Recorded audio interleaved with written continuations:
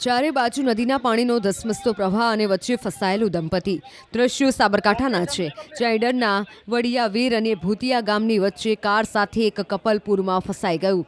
ડૂબી ગયેલી કારની છત પર દંપતીએ આશરો લીધો. જો પાણીનો પ્રવાહ વધે તો આ કપલ ડૂબી જાય અને પ્રચંડ પ્રવાહમાં તણાઈ જાય. આસપાસમાં સેંકડો લોકો ઉમટી પડ્યા, પરંતુ બધા જ લાચાર હતા. નદીની વચ્ચોવચ્ચ પહોંચી શકાય તેવો કોઈ જ વિકલ્પ નહોતો.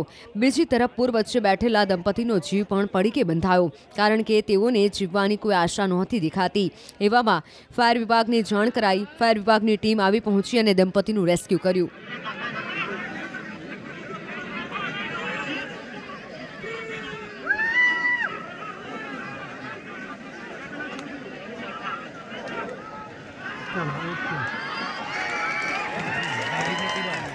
અરવલ્લી જિલ્લામાં પણ મેઘરાજાએ ધમાકેદાર બેટિંગ કરી. ભિલોડામાં સવારે 2 કલાકમાં 2 ઇંચ જેટલો વરસાદ પડ્યો, જેના કારણે સ્થાનિક નદીઓમાં ઘોડાપૂર આવ્યું.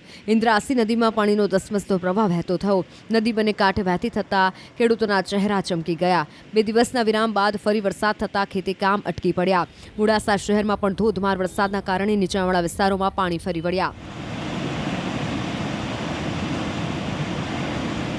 આ તરફ યાત્રાધામ શામળાજીમાં પણ મેઘરાજાનું આગમન. સવારથી મેઘરાજાએ ધુઆધાર બેટિંગ શરૂ કરી. Bhiloda bus station, state bank વિસ્તારમાં વરસાદી પાણી ભરાયા.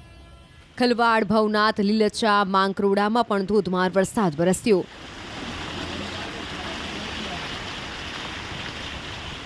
હવામાન નિષ્ણાંત અંબાલાલ પટેલે ઉત્તર ગુજરાતમાં હજુ પણ વરસાદની આગાહી કરી છે.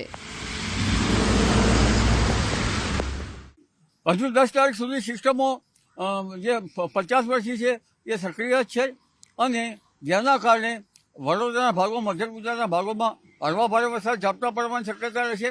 આ ઉપરાંત લગભગ પંચમહાલના ભાગોમાં વધુ ભારે વરસાદ ઝાપટા પડવાની શક્યતા રહેશે. સાબરકાંઠાના ભાગોમાં પણ વરસાદ ઝાપટા પડવાની શક્યતા રહેશે.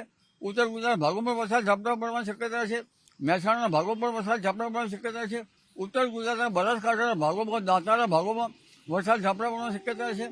કચ્છના કોઈ ભાગમાં બહુ હળવા વરસાદ ઝાપટા પડવાની શક્યતા છે. સૌરાષ્ટ્રના કેટલાક ભાગોમાં વરસાદ ઝાપટા પડવાની શક્યતા છે. દક્ષિણ ગુજરાતના ભાગોમાં પણ વરસાદ ઝાપટા પડવાની શક્યતા છે.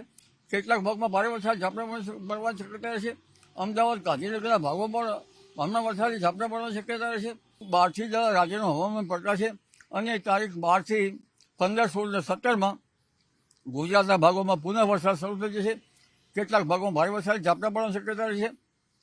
જેમાં ઉત્તર ગુજરાતના ભાગોમાં કેટલાક ભાગોમાં ભારે વરસાદ ઝાપટા પડવાની શક્યતા રહેશે. મધ્ય ગુજરાતના ભાગોમાં ભારે વરસાદ ઝાપટા પડવાની શક્યતા રહેશે. પંચમહાલના ભાગોમાં કેટલાક ભાગોમાં ભારે વરસાદ ઝાપટા પડવાની શક્યતા રહેશે. અને અમદાવાદ, ગાંધીનગરમાં પણ વરસાદ થશે. સૌરાષ્ટ્રના કેટલાક ભાગમાં ભારે વરસાદ ઝાપટા પડવાની શક્યતા રહેશે. દક્ષિણ ગુજરાતના કેટલાક ભાગમાં ભારે વરસાદ પડશે. અને આ સિસ્ટમ છે મજબૂત છે.